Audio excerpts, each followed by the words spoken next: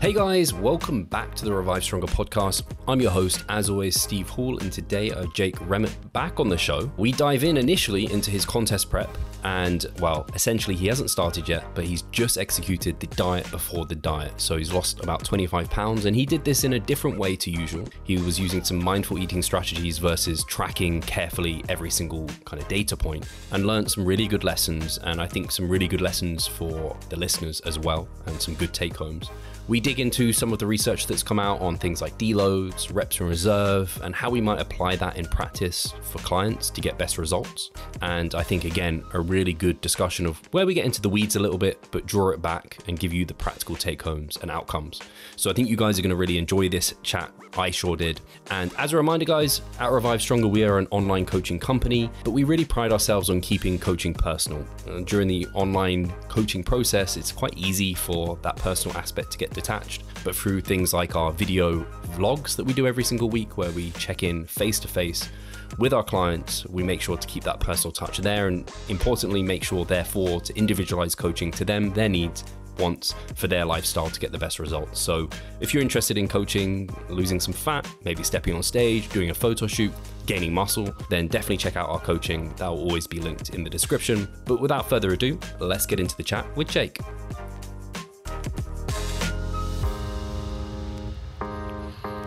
So Jake, last time you were on the show, as we were just saying off air, like 7 months ago. Time has completely flown. We're just saying how much new research has come out, how much kind of discussion there's been within the space. But I know also for you, I don't know when you started specifically your contest prep, but I know you just fairly recently finished like a diet before the diet. So I'd love to hear a bit about, how your comp prep so far is going, where you are now and where you've been. Awesome. First of all, thank you so much for having me back on again. It's an honor.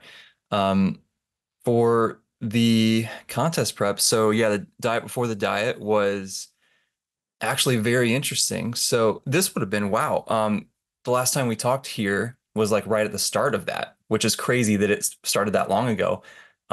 It was like a 6 month thing, which I know sounds crazy. It wasn't that, like, I lost, I don't know, 25 pounds or something like that, which is reasonable in 6 months, but it could have been faster for sure. I kind of purposely went really slow so I could try like a much more intuitive approach with it and just not, I barely tracked my food. I just kind of watched scale weight and went off hunger fullness signals and whatever. And I think overall, I'm happy that I did it that way because I learned a lot just about myself and like being more in tune with those things. But at the same time, part of me is just like, it would have been nice to be done with that a little bit sooner. So I don't think I'll do it that way again, but it was still valuable. But anyway, so that kind of took me up all the way through the summer and the fall and got into, that was like the middle of January when I stopped that and then switched gears. I was like, I know I need to start the actual prep diet, probably early beginning of April-ish, something like that. I kind of got myself in a position where that was a reasonable time frame to compete. The goal is end of September, early October, something like that.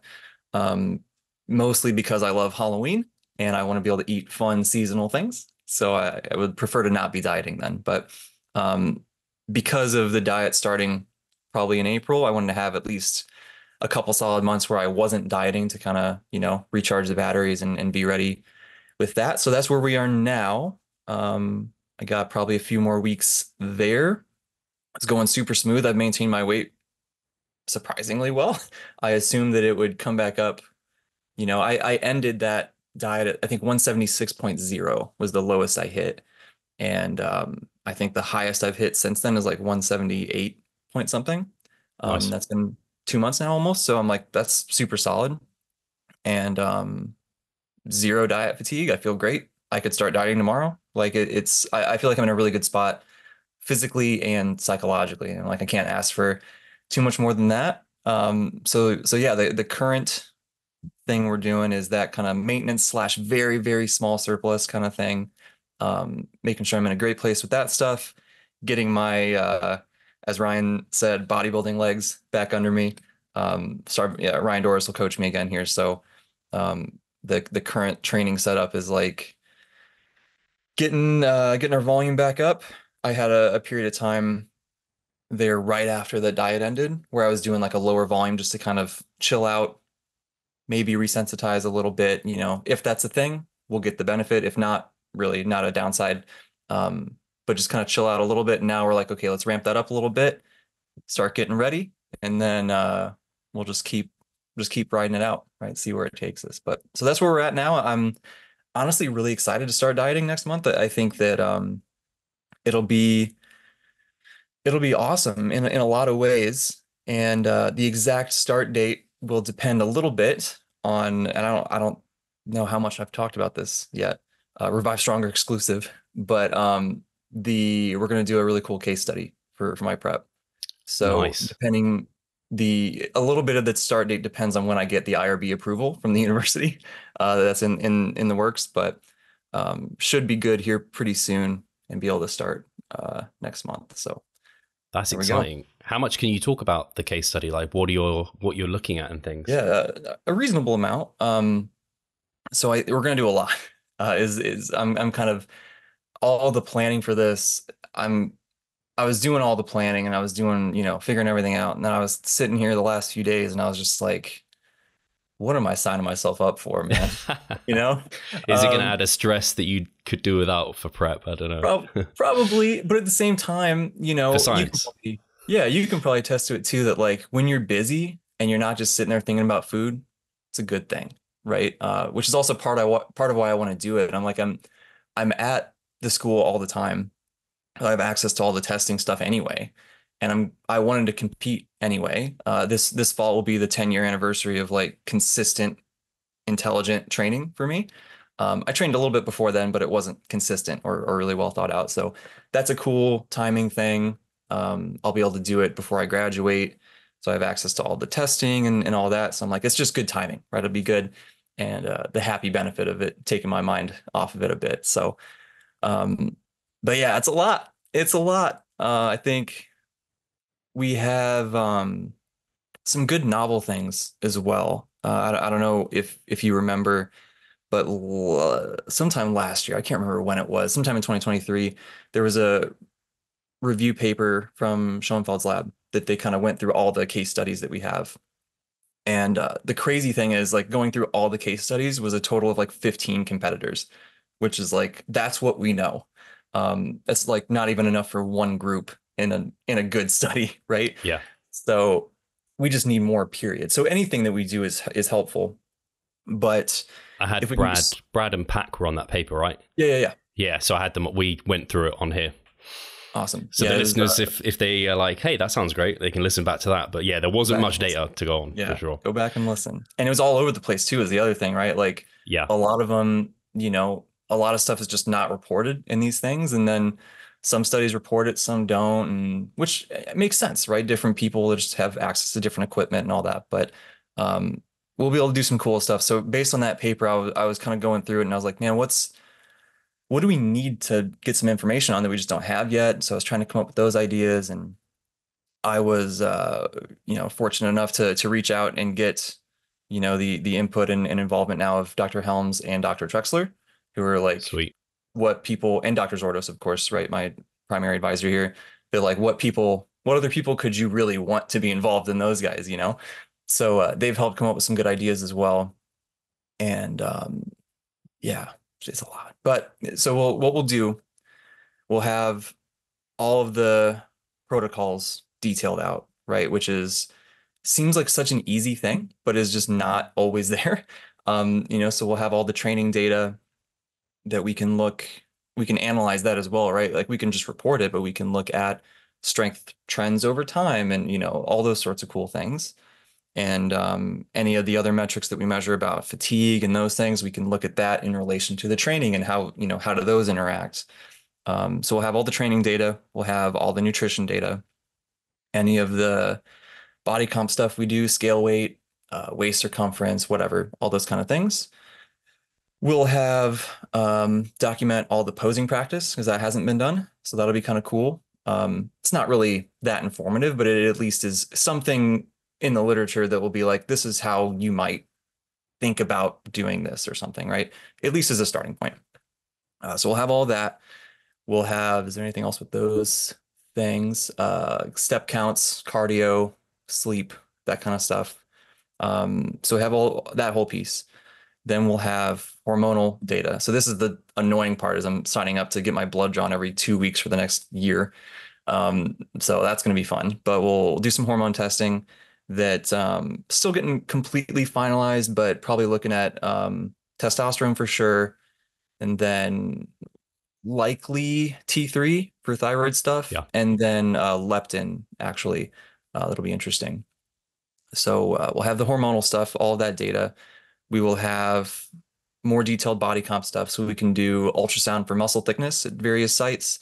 We can do fat thickness at various sites, see how that changes over time with the ultrasound and with skin fold calipers. So we can get kind of different.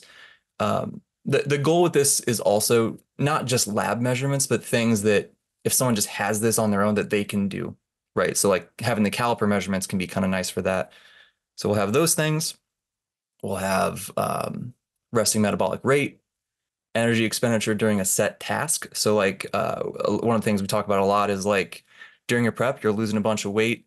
This is part of like why you wore the weighted vest, right? Over time, your Yeah. body gets more efficient, and we can get some data on that. So I'll have like a set, I'll walk on a treadmill at this speed, at this incline for this amount of time. Over time, is my energy expenditure decreasing at that same task? So that'll be cool. What else do we have? All of the psychological scales. So we'll have like body image, eating behaviors, general stress levels, um, perceived recovery, sleep quality. Is that it? I think that might be it. And then we'll have like a more general interview as well. And the reason for the interview is because all those scales are great and they're validated. But if you look at the scales, a lot of them like they miss some stuff that's in there with prep, right? Like there are some unique experiences with prep that just aren't in the general scales, which makes sense. But there's also like, in the eating behaviors, there's stuff about do you feel restricted? And like, of course, you always feel restricted during prep, right? Yeah. So like there's some things that'll just get kind of thrown off. So the interview will be nice to kind of fill in those gaps and get at some of those I don't not necessarily limitations of those other scales, but it's just a little bit different, right? So that'll be really good. I'm trying to think if there's anything else beyond those 57 different assessments. Um, but it'll be a lot, but it'll be cool. And the other thing is we'll have a performance, like a standardized performance assessment as well. So that'll be like, Sure. I think 4 sets to failure is what we decided on certain exercise where everything is the same. We'll do it every couple weeks where the only thing that's different is going to be how many reps I wind up getting at this load. Right. This will go to failure. So this load, this exercise, this range of motion, all those kinds of things. Oh, I like So that. It immediately makes me think of the question I think I put it to Dr. Ben House of like, if we're maintaining strength, can we be sure that we're not losing muscle? And obviously, Menno has had his comments on this in terms of, hey, if you're not gaining strength, you might be losing muscle. So yeah, this will be great because where'd you get, I know it's just data on you, but we can see, hey, does it correlate or what's happening? yeah, it'll be cool. So we'll get that. We'll be able to all wear what's called a Moxie device during it, which looks basically can track the oxygenation in your muscle. So like how that oxygen is getting used up as you're doing all the contractions, and then also how it's sort of taken back up in the muscle between sets. So we can see if that changes, over time as they get leaner. And then I think the even more interesting part beyond all those individual things, now we can look at relationships. So we can see relationships between, especially those performance assessments, the standardized ones that we do in the lab, not just my training data, but standardized ones. How is that relating to the psychological stuff? How does that relate to the body comp changes to whatever? So yeah, man, I'm very excited. It's going to be great. It's going to be a lot, and it's going to be you know, kind of overwhelming, but that's what Yeah. prep is anyway. Yeah. So it's already going to be tough, so we might as well do it and get a cool paper out of it. So I can totally see why you would do it because a lot of that stuff, at least, is stuff you would be tracking anyway. And if it's not, it's probably stuff you're interested to learn about yourself anyway. Yeah. So if you have the lab in, you're going there anyway. So it is a lot to put onto yourself, and maybe you'll regret it in hindsight, but hopefully not. And especially, it's going to help a lot of people, I think, at least to see that and review it. And it just made me think as well. I know that Pac has done some interview studies like on Deloads and things. He's like interviewed top level coaches. Just makes me think whether or not there could be some space for like interviewing bodybuilding coaches to see, because as you talk through it, I'm like, man, coaches, at least for me and probably for you as well, when you take someone to stage, you probably do track a lot of this data to some extent. You have ideas and thoughts behind what might happen at various stages. I wonder if like some sort of interview type study would be interesting in that space, just because of the lack of case studies that are there. Yeah, I think it'd be super cool. I have one idea that I don't want to talk about yet because it's not like in the works, but there's an idea that I have wanted to do really bad for the last couple of years that it's just hard to find the time, but it's kind of, in that realm a little bit. So we'll see if I can somehow make the time for that during, this next year or two. But I guess the last thing about the case study would be we'll track all that stuff at a baseline period before the diet actually starts, right? So at least a couple weeks, so we can get all the biggest thing with that is that'll let us see like how much do those measurements vary at baseline for me, right? So I can see with that baseline variability, that'll let us like statistically when we're seeing the changes over time, are those changes outside of that normal baseline variability, right? So do we have more confidence that those are real changes, or are they just measurement error or whatever? So that'll be good. Obviously, we'll measure everything throughout the whole study. And then the other thing is after the final show for the recovery period, we'll continue doing all the testing. And the plan is to just have that be indefinite time period to basically we'll go until things are back to normal. So once we return to normal baseline levels of things, then that'll be recovered. So we'll get to see time course of recovery of all these different things, which will be great. But like I said, this might go for a year, Yeah. So if the prep takes 6 months and the recovery, we've certainly seen some stuff like testosterone, for example, right? Several months usually for it to come back up. And so we'll see, but it's for science, right? So it'll all be worth it. I can't remember. I think there was like a rule of thumb at some point given out, maybe by Lane Norton, where it was something along the lines of the recovery period takes half the length of what the diet was, something along those lines, assuming you do like a well executed recovery phase. So it'll be interesting to see.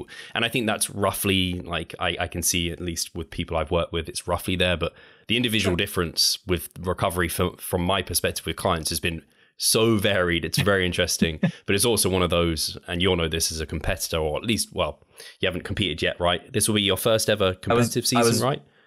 Yeah, I was 5 weeks out. You're close. Yeah. During the, the early 2020, we'll say. Yeah. So 5 weeks out. So I got reasonably close, but yeah, this will be, I better finish this one out, right? Because we got a lot more writing on it. So. Yeah, damn.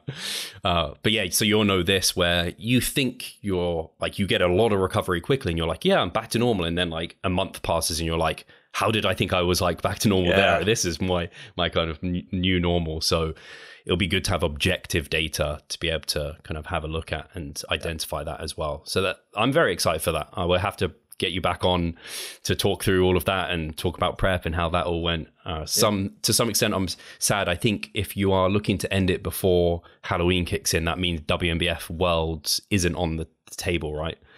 I'm not making it to Worlds, bro. I don't know if you've seen my pictures, but hey, yeah, you never know who turns up on the day. And man, one thing you'll know this all too well. Like when you've got a bunch of body fat on you, man, you could somehow transform into something that you maybe don't even expect. So we'll see. I appreciate that. That's nice of you to say, but I don't know about that. I guess what I will say is if for whatever reason I'm not ready for those earlier shows, September, early October, and we got to push it back, I'll push it back. It's not the end of the world.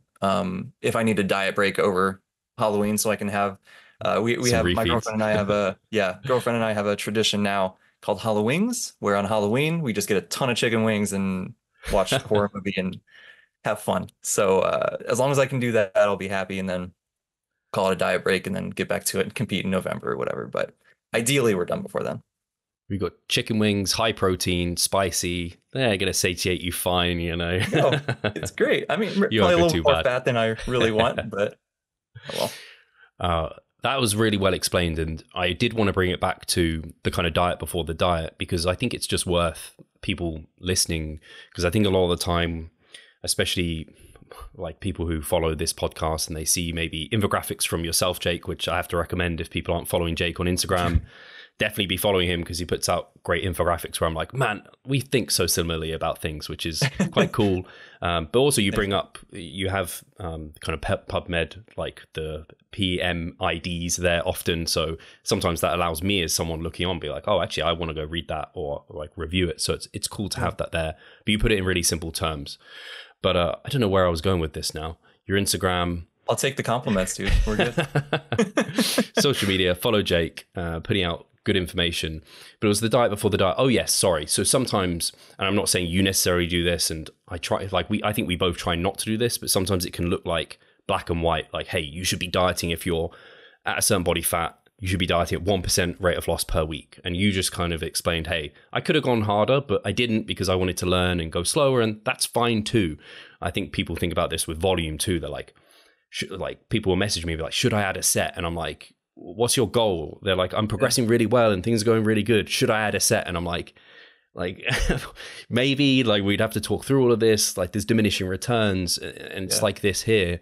I think part of what you learned, like, I think I saw on your Instagram, you said you like went out to eat whenever. If there was like a holiday, you went and enjoyed it. Like, people can still see great results. Like you did, you lost 25 pounds over 6 months. Still really good. Like, is it on paper as optimal as you possibly could have been? Maybe not, like, but you lived life. So I thought it was nice that that happened. You mentioned you learned quite a lot. I'd love to hear, you mentioned also doing it because you wanted to kind of get in tune with like hunger signaling, anything like that. What kind of things did you learn? Man, I love that you brought this question up, dude, because I'm with you. Like, this is the kind of stuff that often gets lost when we get so in the evidence-based thing, like, what's the science say, whatever. And like, science is cool, but so much of this stuff is outside of that, you know. And I think that the whole idea of the diet before the diet is to kind of get yourself ready, and that, like, if that's number one, cool. But number two, I think, is like, what skill can we learn, right? Like, how can this benefit us in general? So for me, my goal from the onset was to see if I could do this without being so just enslaved to the numbers, basically, right? Like, can I lose weight without tracking everything?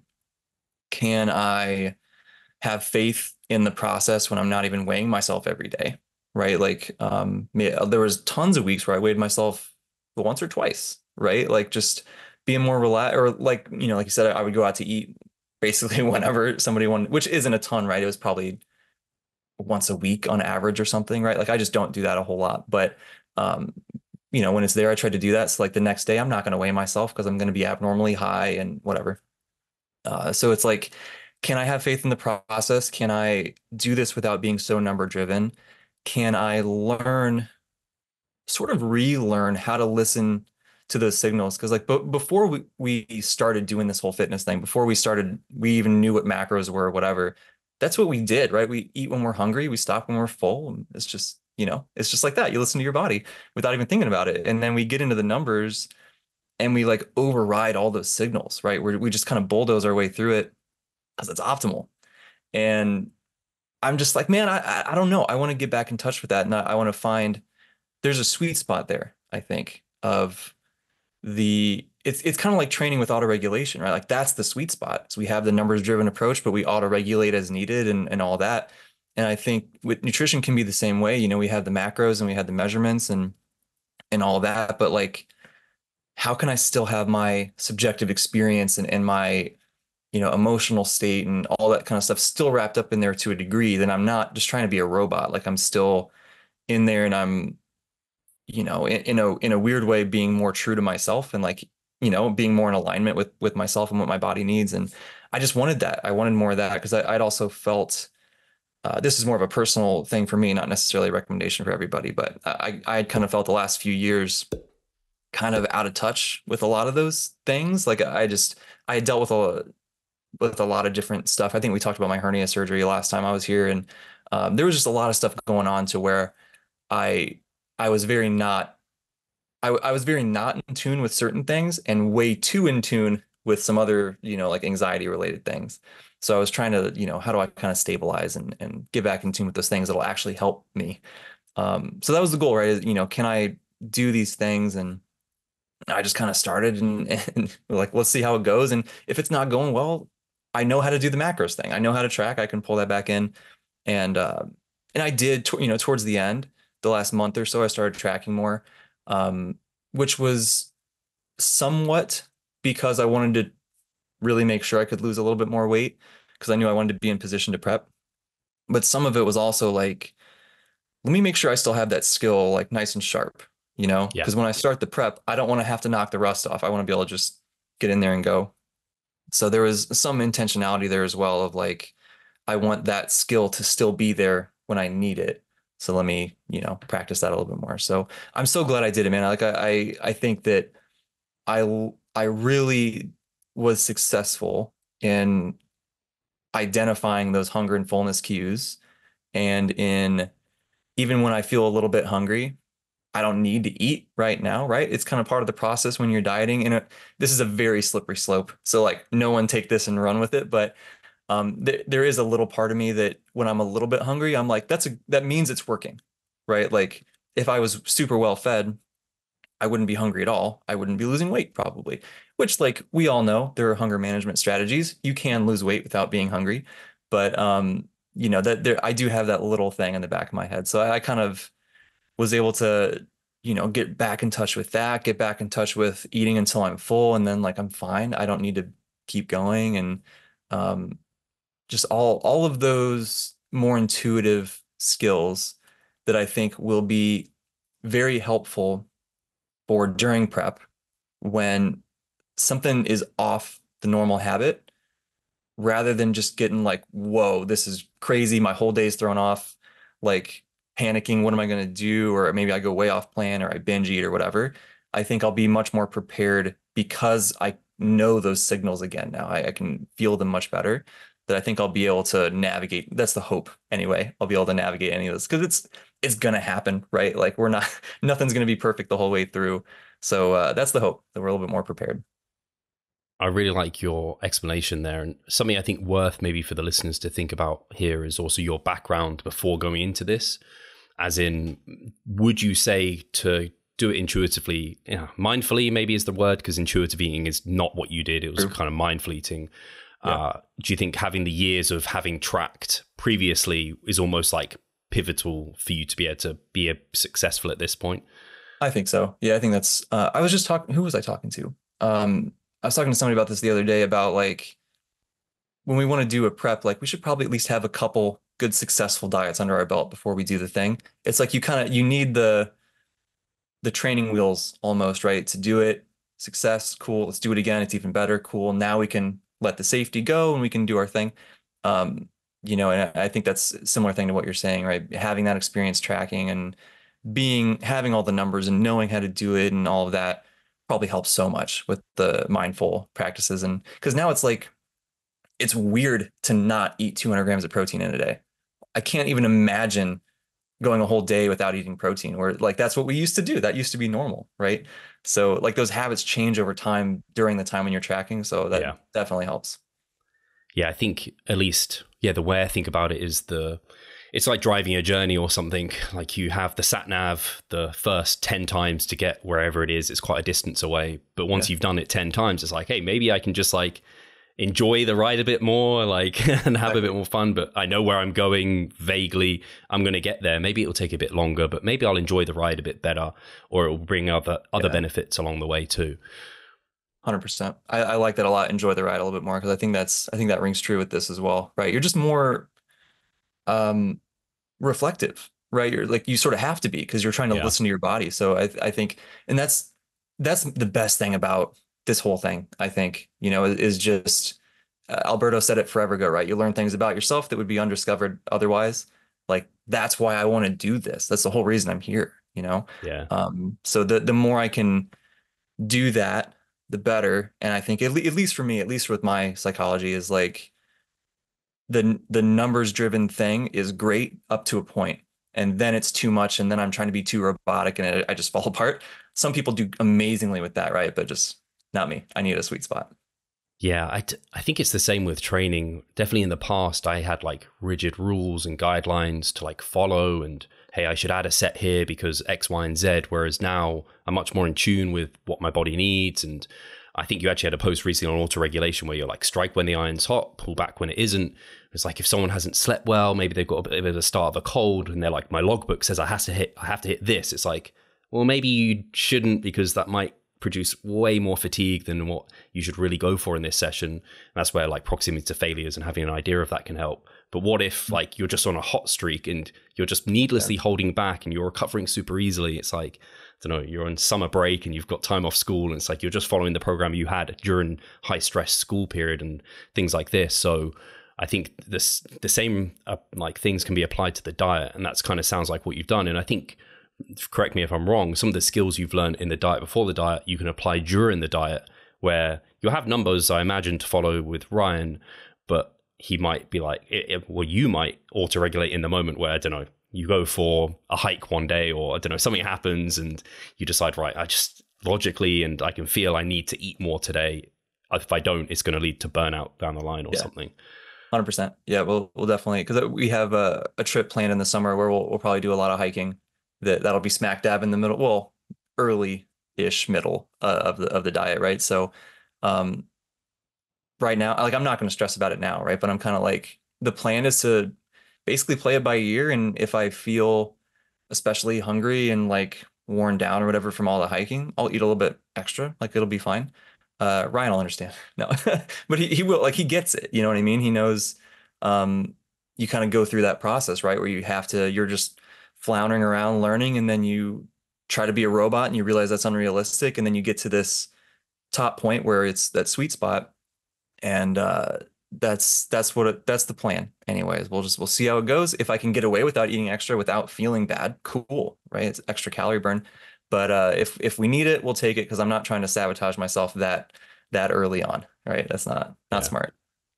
I think it just makes so much sense. It's that sense of like training wheels when you're first going, and then once you've learnt to ride, you can kind of do it on your own a bit more, intuit a bit more. And you probably have this again with the clients you're coaching.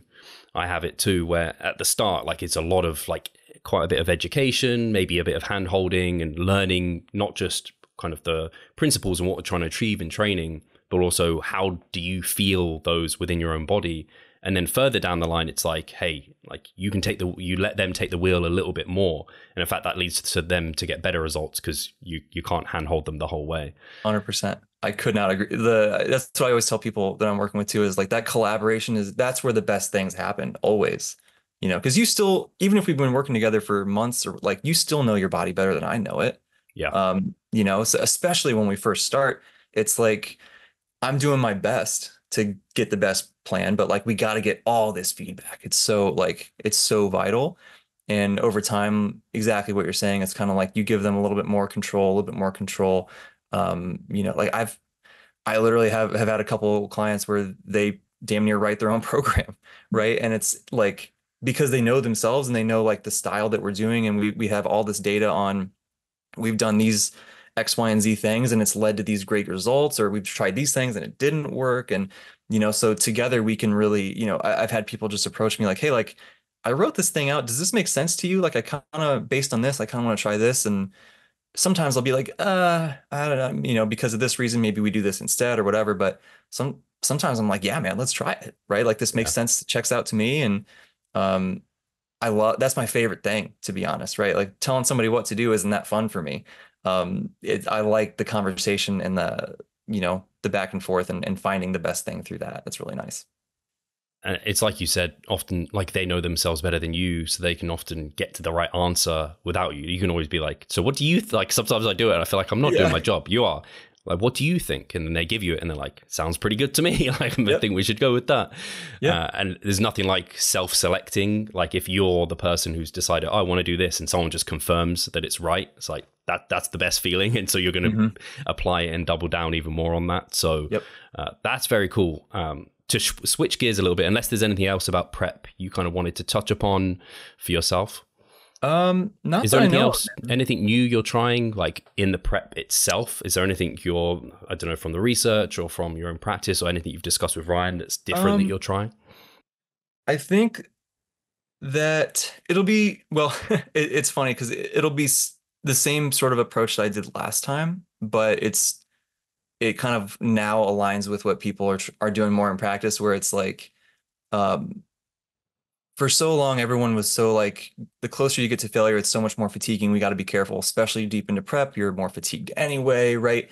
And when I prepped with him last time, as we kind of got going, everything was super close to failure, right? Which some of it was just for whatever reason, I recover like Wolverine. Like I recover. I can take anything. My performance keeps getting better. It's weird. I don't like it, honestly, because now I have to train forever and I just keep.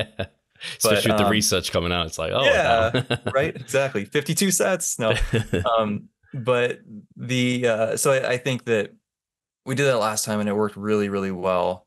And so we'll do that again. Right now we're like I said, getting my bodybuilding legs back under me. Higher volume stuff that's not super close to failure, and by that I mean usually like 2 RIR on average. But like as we get in there, we'll get in there.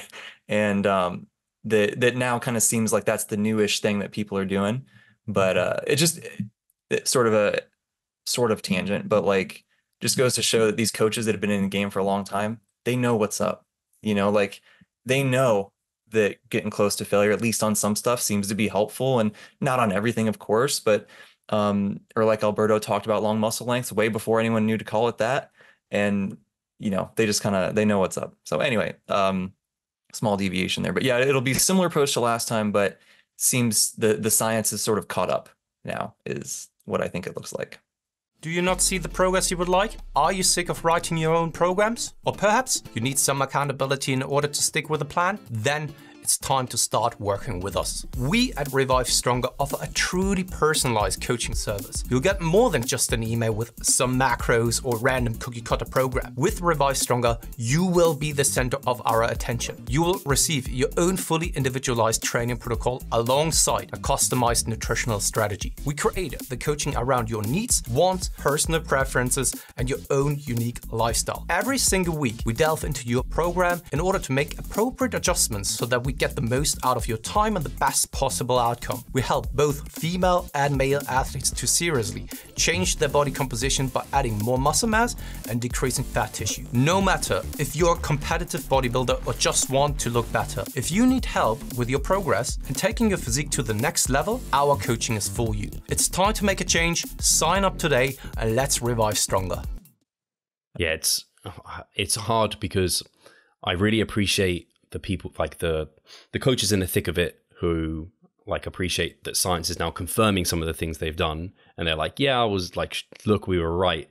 And like you said, like they know what's up. But I like it when they also appreciate when science says they were wrong on something, like, fasted cardio comes to mind or something like that. Yeah. It'd be great if they updated their practice for that. And I think this is where the sweet spot is, where like yourself, you take, not just look at the science, you also look at what people are doing in practice and the great results that they're getting. Like, hey, let's listen to that. They've been running high protein for quite some time. Maybe there's something to that. Yep, exactly. Yeah, I mean, that's what evidence-based practice is all about, right? It's, it keeps getting bastardized into science only, but like that's never what it's been, right? It's science matters, but it's at the end of the day, it's what evidence do we have of what seems to consistently work for a lot of people.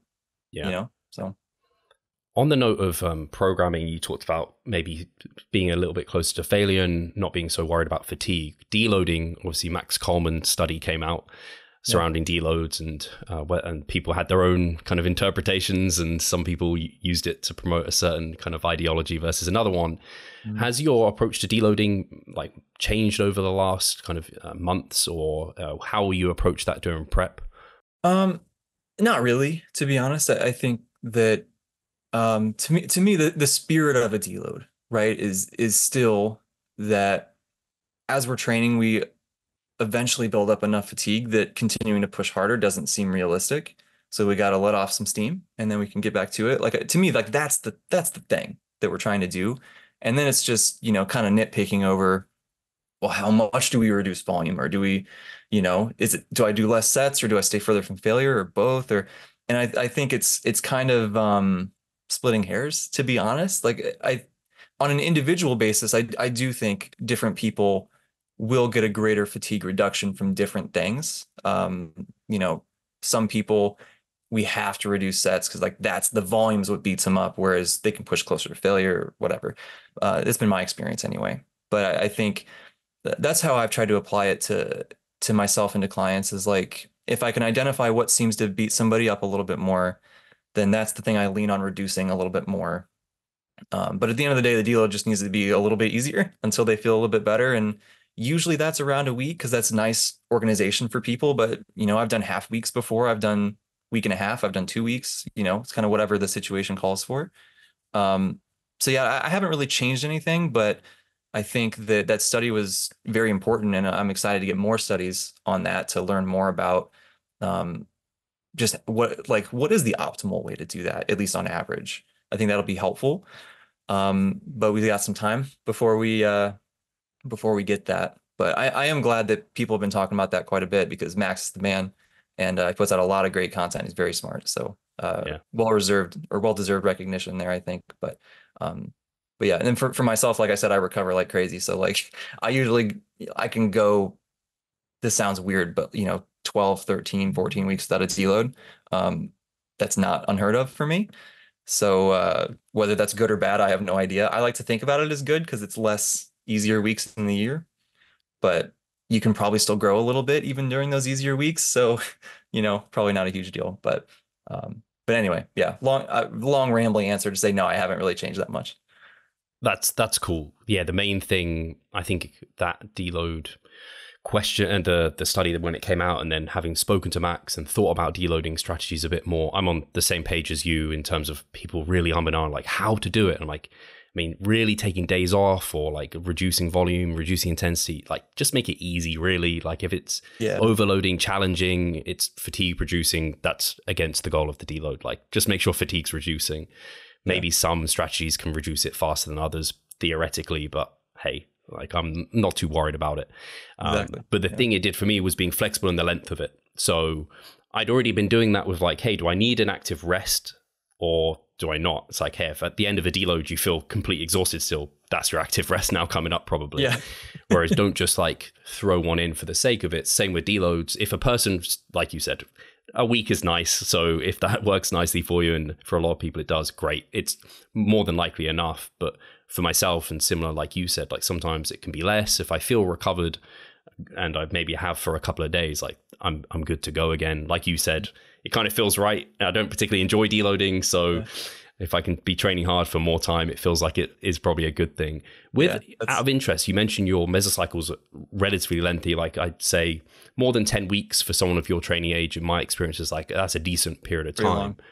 Do your set numbers, do you change those much from like a week one out of a deload versus like through the mesocycle itself? Yeah. Not much. We've done that experimenting in the past, which I think was very valuable because that's what I love to do with on a coaching standpoint too. The same kind of thing of like the same thing I did with myself originally before starting with Ryan was like experiment with that, right? Adding sets and try different stuff. And I think that's so helpful for learning what seems to work pretty well. But then I'm like, man, if I find this window that seems to work really well, why don't I do that for a lot of the time? And maybe the changing is inherently beneficial. I don't know. Stay tuned for my PhD.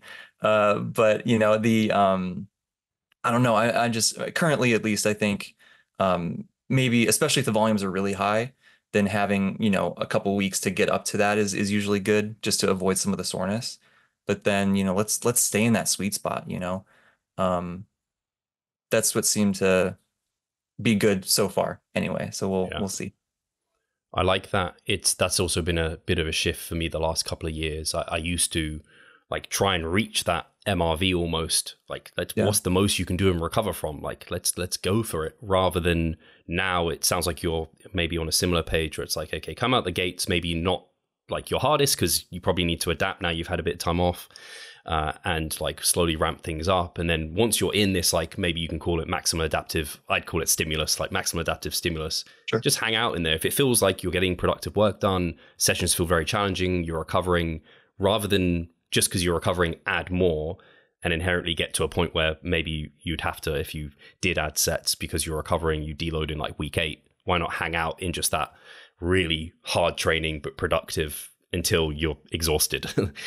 Yeah, for sure. Yeah, that was I do the same thing, which I got from you originally, so credit to you, was that like very auto-regulated approach to the set adjustments.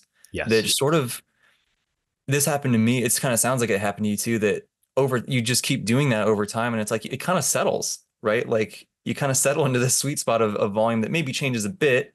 Like you're saying, maybe you go and it's been a few weeks in a row where they're not getting sore at all. They're not getting crazy pumps anymore. Their performance is skyrocketing. It's like, okay, maybe we can do another set or whatever. But so smaller adjustments, rather than the bigger ones that still, who knows, as we keep learning more, maybe those bigger things are better, even if it is more, that's what's so interesting to me too, about the interplay of all these things, of the volume, of the proximity to failure.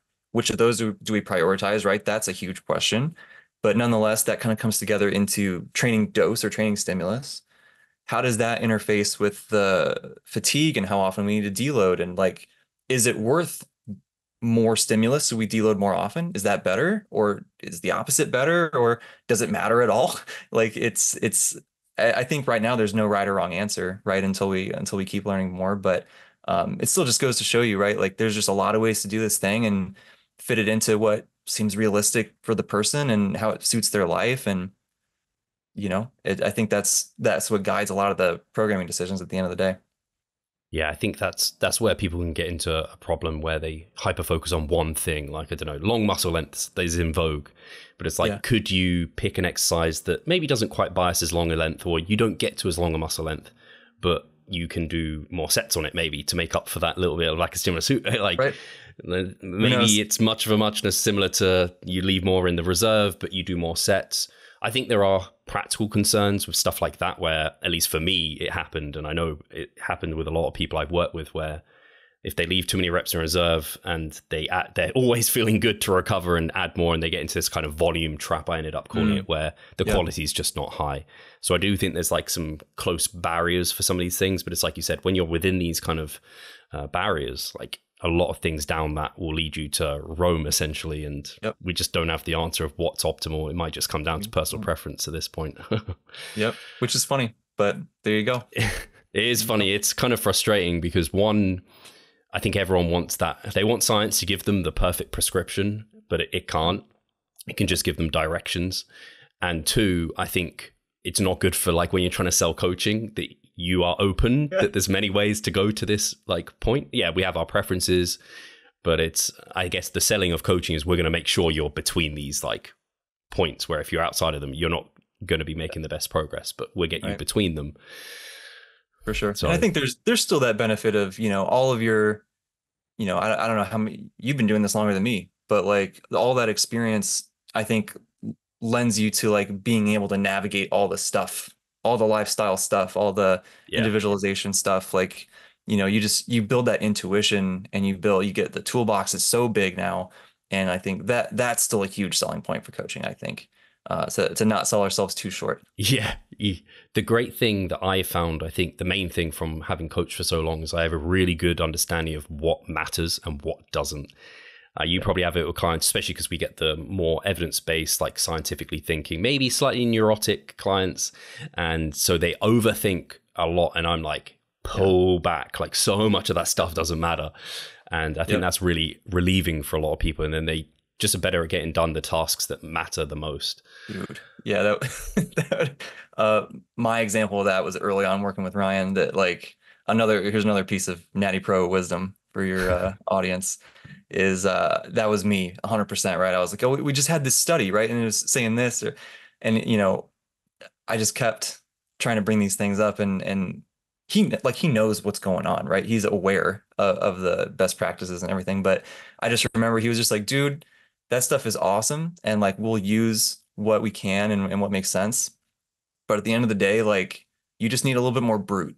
Like, just get in there and work hard. That's at the end of the day, that's what matters the most. And then we'll use the science to help refine. And I'm like, man, that's exactly right. And now I find myself saying Yeah. that same thing. Like sometimes you have to pull people back too, right? Like some people are pushing too hard, but a lot of us especially if we come up in the evidence-based side first, we never had that like bro phase, right? That a lot of us are, we don't want to go to failure. It's more fatiguing. RIR is just as good. And, all of these things, we don't need super high volumes, 10 sets a week is great. And, that we're just more overly cautious. And sometimes you just gotta like get in there, especially for bodybuilding. But yeah. Credit to you for listening to Ryan, because I think unfortunately it's also easy for people to look for that silver bullet and they like coach hop, hoping that someone's got like the process for them. It's like a good coach, like if you've done your homework, like you're going to get results with them through their method. 100%. Obviously there's a lot of not so great coaches out there right now, which is unfortunate. Ryan hasn't got you doing Pilates, has he? Because I know he's gone deep down that rabbit hole, right? He is. No, not yet anyway, but I'd be lying if I said I wasn't a little curious. He talks about it, but it's I love that he's doing that, right? Like it's so cool to see somebody who is that they've been in the game for that long, they have that much knowledge, that much practical experience, and they're still out here actively trying new unconventional things just to see what's up, Yeah. And lo and behold, he found some really cool benefits. And so I would love to try it at some point. I have a hard enough time getting myself to stretch. So like, I'm like, I don't know, but I do think a squat. yeah, right. But I think it would be awesome. I haven't seen him in years, man, but it'd be awesome to like go up and visit and have him like take me through sessions. That'd be sweet. Cause he's, he does that for people now. Yeah. So that would be cool. Maybe that's a bucket list thing. I'm going to flip the script a little bit here. So we talked a bit about obviously your prep, coaching, and I guess some of the new research, but something you're obviously, very well is the reps in reserve research. Obviously you came on, we talked about RAR accuracy with individuals kind of untrained, trained. And one of your pieces of advice, I know you gave this out on social media recently too, is like to film your lifts. And something out of interest, and I know you said like in the moment it can feel like it feels grindy, but you film it and then you look back and you're like, not so much. Like I think I have more in the tank there. A question I have about this is, do you find though that there's lifts where it's like you can't grind? And so if someone is recording themselves expecting their reps in reserve to look the same for everything, I can't think of a great example of where it like you hit 3, it's a slow and it slows, really grindy and then 0. There's some lifts that are just not like that. Is that something you've seen in your experience, and how 100%. How do people go about gauging that, do you think? Yeah, that's a great point. I definitely have noticed that. We've noticed it even in my study that we have going on right now. They're just doing bicep curls, and like different subjects are very different. Some of them can grind like crazy. Some of them, they just hit a wall out of nowhere, and it's like I'm there literally yelling at them to keep going, and they just can't. So it's definitely is a thing that exists, and like how do we navigate that? The best thing that I've come up with is like sort of treat different exercises differently. So like especially in the powerlifting world, velocity is a thing that people are, have really liked paying attention to, and it continues to kind of grow as the devices that measure velocity get more affordable and all that stuff. And it's not perfect by any means, but it can be a valuable tool, right? Depending on how you use it. And one thing that is very clear from the research there is that you need a different velocity profile, that's what it's called, right? For each different exercise that you're doing, even within the same person. So something we've tried to do in our lab before to mixed results that we're continuing to try to refine to find a good methodology is to have people take an exercise to failure while measuring velocity at every rep. And then you can sort of count backwards and say, okay, your 0 RIR velocity was this, your 1 RIR velocity was this, right? So the idea is that if we have really good data like that, we can program and say you're going to stop a set at 0.15 meters per second, or, you know, if you hit that or slower, you're going to stop because that's roughly 2 RIR for you, rather than relying on the subjective stuff. And it hasn't been quite that clean in our experience, so we're trying to still refine it. But nonetheless, that's sort of the idea. But that's different. You know, 2 RIR speed on a squat is going to be different from bench, from deadlift, from leg press, from whatever. So to me, like that sort of immediately tells me if somebody can reach a slower speed at 2 RIR on an exercise compared to a different one, they can grind more reps out, right? They're moving more slowly as they get closer to failure. So, and just what we see with our eyes, it's obviously it happens. So like we have that data at least to support that different exercises probably slow down differently as we get closer to failure. And I think that can bolster just the anecdotal experience that we have. So I'm like, okay, maybe we treat each exercise differently. Maybe you kind of get a feel for which exercises are each of those for you. You know, for example, you notice that on leg press, leg extension, whatever, you can grind really slow, but on bicep curls, you hit a wall out of nowhere. Once you kind of know that, then I think you can still record those and still the video can still be really helpful. But now we just have a different frame of reference for different exercises. So like I see my leg press is just starting to slow down, so I can probably do a handful more. Whereas my bicep curl, it's just started to slow down. I'm really close to failure. I should probably stop. Like that kind of stuff. It's still never going to be perfect. But hey, that's why you go to failure on everything, no matter what, right? No, joking, obviously, but yeah, I think that's probably how I would do it. Yeah, I like that. I think it's just worth kind of reminding people that it can look different person to person, exercise to exercise. I think even rep range, sometimes it can look a little bit different too.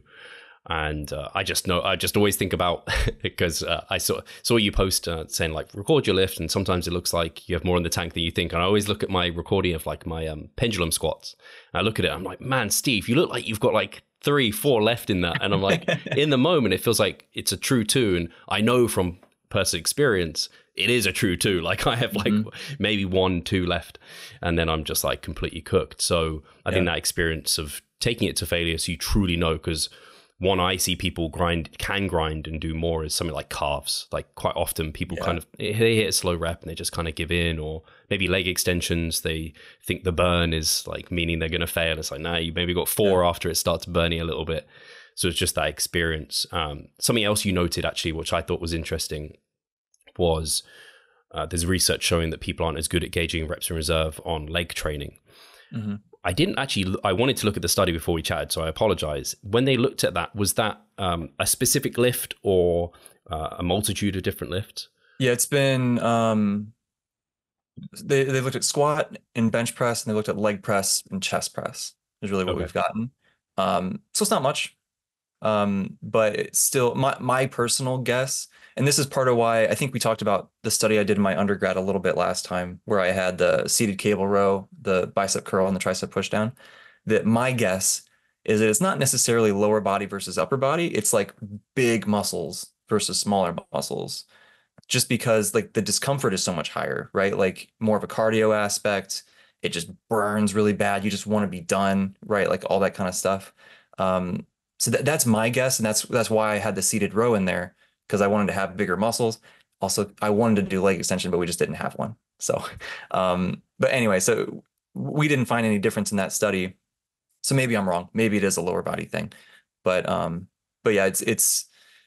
I still just feel like it's in some way at least related to like just how bad it feels. Like you take a pendulum squat, leg press, hack squat, Smith squat, whatever, like really close to failure. It's nuts, especially, you know, higher rep ranges, right? Like I think, because that's the other stuff with the accuracy also, like once you get up above 12 reps or so, it starts getting harder and harder. And like, you know, if you hit real failure at rep 18 or something, like you thought 12 was 1 RIR, you know, it's crazy. So it's definitely tough to judge, which is another reason why I've kind of over time have kind of been like, let's err on the side of closer to failure with that stuff. Because if you think it's 1, it's probably like 3, and then you're still good, you know? Yeah, I thought that was really interesting. And I think some people have taken some of the stuff that's come out on the higher reps as like shy away from them because we're not as accurate. But I'm almost like, hey, I want you to get good at gauging that stuff, because if you're good at that, it's going to apply to other things. And also it's brutal. So if you can go like 20 plus reps on something, I'm doing like 20 plus on like flies at the moment, chest flies. It's just I saw that on your story. Yeah, like 3 reps just felt like I was failing every single one. I was just like, fuck. I think this is good for like my bodybuilding soul, but also like a skill set of like being able to go through the burn and not giving up. But it is very interesting. You said it's not just lower body, it's also potentially just compound lifts, because something at least I know is I don't feel as confident in just like going to failure on a compound lift, because there's more technical concerns, injury risk, that sort of thing. So part of me is like, and also the fatigue cost of compound, especially leg training, is I feel higher. So I tend to veer a bit further from failure on those. And obviously you mentioned, hey, maybe you could prescribe them a bit closer. But I'm almost like, I don't mind if they're a bit further in some ways because of the fatigue cost, the injury cost. So anyway, it just made me think about it. But I like that you mentioned that it's not just legs, maybe it's maybe just compound lifts in general, because I think that makes sense, because there's just more technical concerns and people can't just freely just go at it like they can in a leg extension. Yep, for sure. Yeah, I think there's so many questions wrapped into this stuff, man. Like you're saying, you know, different rep ranges, different exercises. You start getting into, well, what part of the exercise is the hardest? You know, like I see like you have these just beautiful back machines at your gym that I see you doing on your story all the time. And I'm like, I'm so jealous, you know, and like the ones that there's almost no fatigue cost at all. The machines that I use, like I have to do, I call them like length and partial extended sets for, you know, that like I do the set until I'm like basically at failure or close, and then do partials at the end to like extend the set out and try to max out the stimulus from that set. Where I'm just like, man, it'd be awfully nice if it was just hard in the stretch position. But anyway, so there's just so many things at play that are all interwoven, and they all sort of impact each other, and it's tough. And I think it's just another reason why, to echo what you said earlier, like we have to kind of look at the broader picture of the whole total training stimulus, and you know, make as informed decisions as we can with adjusting that. But at the end of the day, it's, you know, we got to look at the whole picture. I love that you said that. We have prime and strive machines, so you can bias the length and position on those back movements, and it's just gnarly. And you had the leg press with the leg press with the angle. Oh yeah, that helps. I hate it, man. I'm so jealous, dude. Good range of motion. I let my heels come up because screw it. I need to get the extra depth. But it's really good points, because people can get so lost within some of the set recommendations, because exercise variation can make a difference. Like your back machine just might not be as effective and disruptive as the one I've got. And so you might have to do double the number of sets. But that's why I like to bring people back to, and this is what I try and educate clients on, is like, we're looking for like stimulus, and we're looking to make sure our muscle is like feeling pretty fucked and recovered on time. And that's more important than chasing a certain number of reps or a certain like number of sets or whatever it might be. And that's like you said, why you have to bring in RER, you have to bring in exercise selection, you have to bring in kind of volume. And if you just focus on one, you're missing a big part of the puzzle there. Yeah. And it can get confusing for people, which is the unfortunate thing. Is what I was thinking as we spoke through this, because I did a post talking through some of my thoughts surrounding Martin's recent study, where he compared like leg press, like a unilateral design. So one leg was doing failure, the other one doing reps in reserve. And someone just commented being like, this is why the science is just like, you're getting in the weeds. Like, this is not great. Just train hard. Like, you know, that's the typical thing. And it's exactly as I was thinking as we were talking through this RAR, and how like we get excited by like the differences here and how it's not black and white, because we understand how to apply it in practice. And man, it's just where people can kind of get lost. Do you have any like feelings towards the person who's just like, just train hard? Like, does that bring out any like immediate response from you? It's funny because like there's definitely a part of me that's like, I mean, yeah, like, you know, we do just need to train hard. But I think that's also limited, right? Like that advice is going to be great for a lot of people, but there's also going to be a lot of people that just isn't quite enough for them, right? Maybe they don't have the best genetics, so we got to really turn over all those rocks to find what works for them.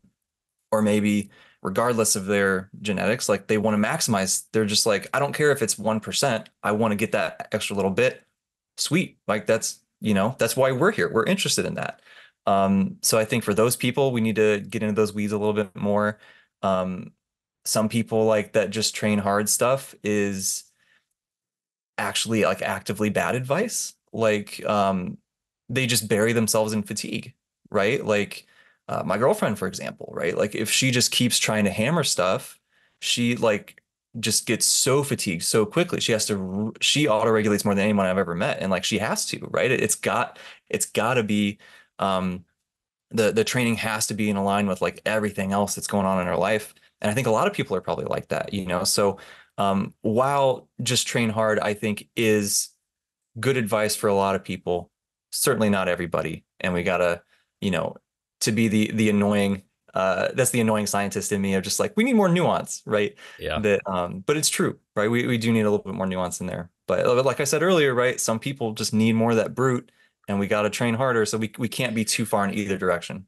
Yeah, I love that you brought it back to that, actually. It makes me think of calorie, like, I don't know why I need to say fucking deficit. That was like a thing for a while, right? James Smith from the UK, this is the people we produce. He's become much more nuanced in his thoughts and thinking, I think, and he's broadened his horizons and got mixed in with much more of the evidence-based space. And I don't think that's really his like slogan anymore.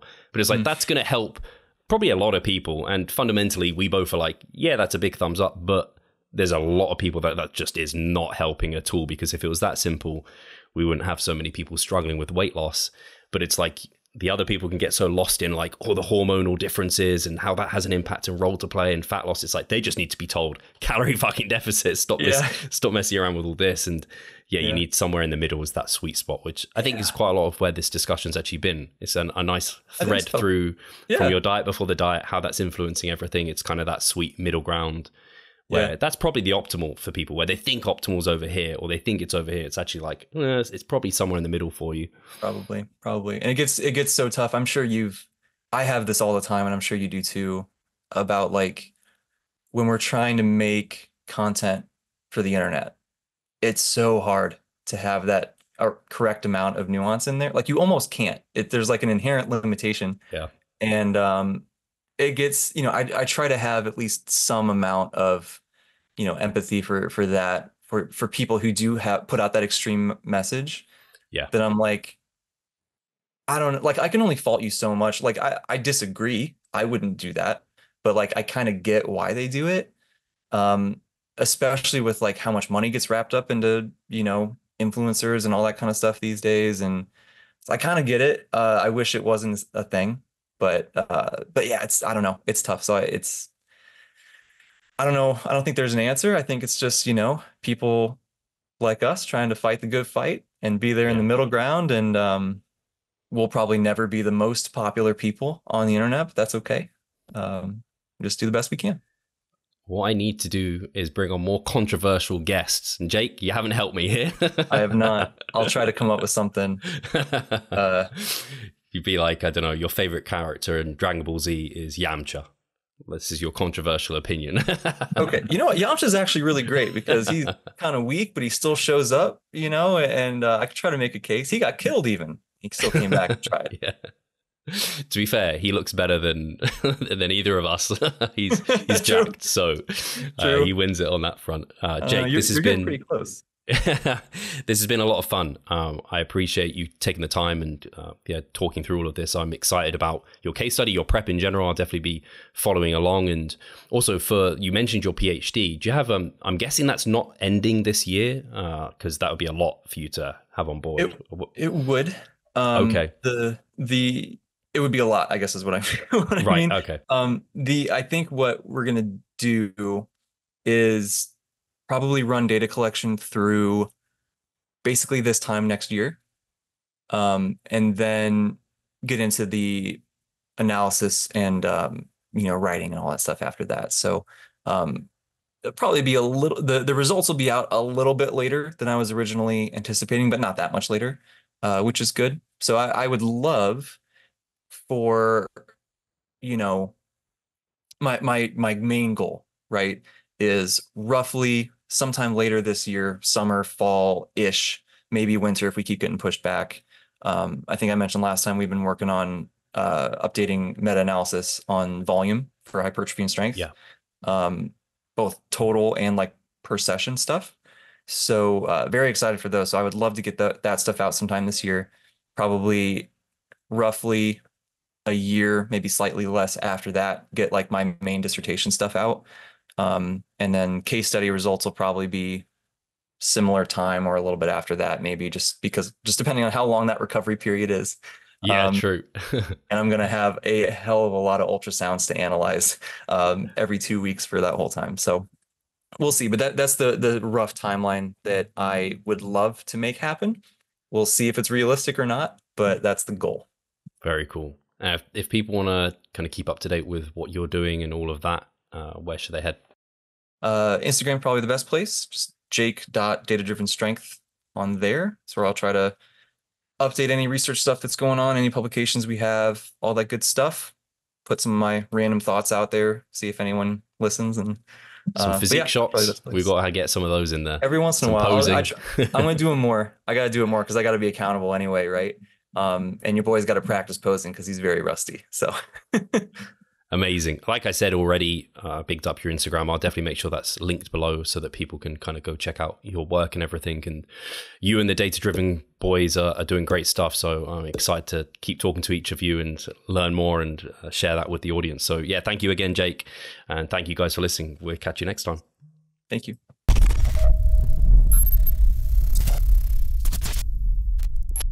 Losing weight fast while maintaining muscle mass.